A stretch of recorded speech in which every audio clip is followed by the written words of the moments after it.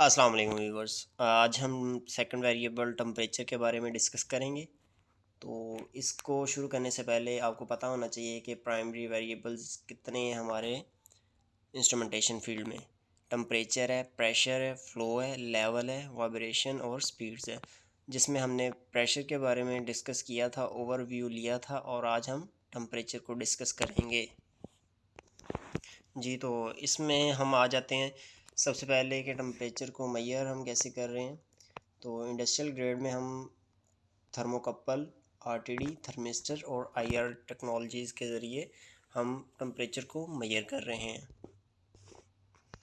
सबसे पहले हम आ जाते हैं थर्मोकपल्स पे।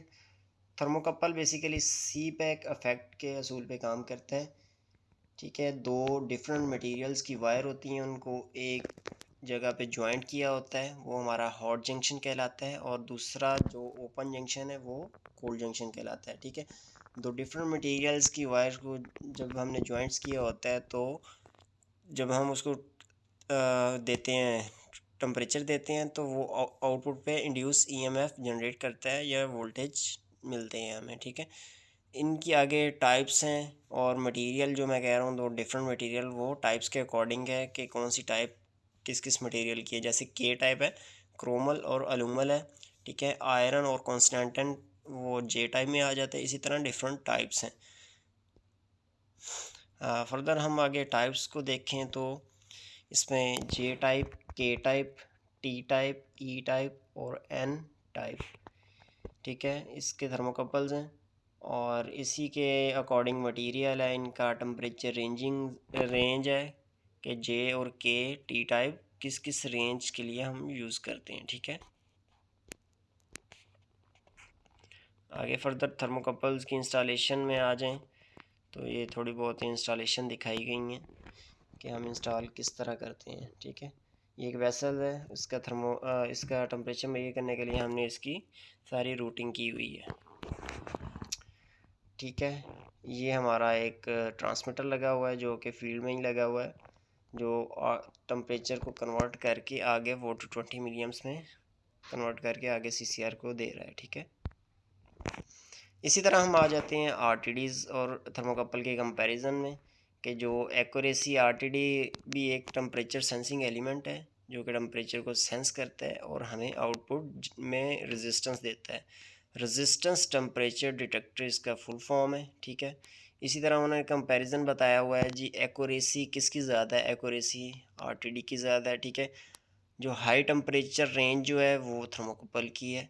ठीक है, आरटीडी की रेंज होती है 0 से 800 डिग्री सी ऑलमोस्ट। ठीक है, लीनियरिटी किसकी ज़्यादा है, लीनियरिटी आरटीडी की ज़्यादा है। इसी तरह फर्दर इसके जो कंपैरिजन है वो बताए गए हैं। लोकल इंडिकेशन में हम आ जाएँ तो टेम्परेचर गेज होती है जो कि लोकल इंडिकेट करवाती है, जिसका कोई भी सिग्नल अंदर सीसीआर तक या सेंट्रल कंट्रोल रूम तक नहीं जाता। ये सिंपल एक लोकल गेज है, उसको फील्ड में लगाया जाता है, और वो जस्ट लोकली इंडिकेशन के लिए हम यूज़ कर रहे होते हैं। ठीक है, इसके इंटरनल वर्किंग में आ जाएँ तो दो बायोमेटालिक स्ट्रिप होती है, जिसकी खसूसियत ये है कि जब उसको हम गर्म करते हैं या हीट मिलती है, तो एक स्ट्रिप जो है वो ज़्यादा बेंड हो जाती है और दूसरी कम बेंड होती है। ठीक है, इसी के अकॉर्डिंग ऊपर नीडल लगी हुई है, और वो हमें टेम्परेचर इंडिकेट करके दे देती है। लोकल इंडिकेशन में और भी टाइप्स हैं, जिस तरह के हमारी गैस फील्ड है, ये हमारी कैपिलरी ट्यूब है, इसके अंदर गैस फील्ड है, और आगे बल्ब है। जैसे हमारा टेम्परेचर मिलता है, जो वेपर्स हैं वो आगे ड्यू टू हीट की वजह से आगे मूव करते हैं, और आगे हमारा पॉइंटर या नीडल कनेक्ट होती है, और वो हमें टेम्परेचर बता देती है। अच्छा, ये मोटा मोटा इंटरव्यू था, इसमें ओवरव्यू था।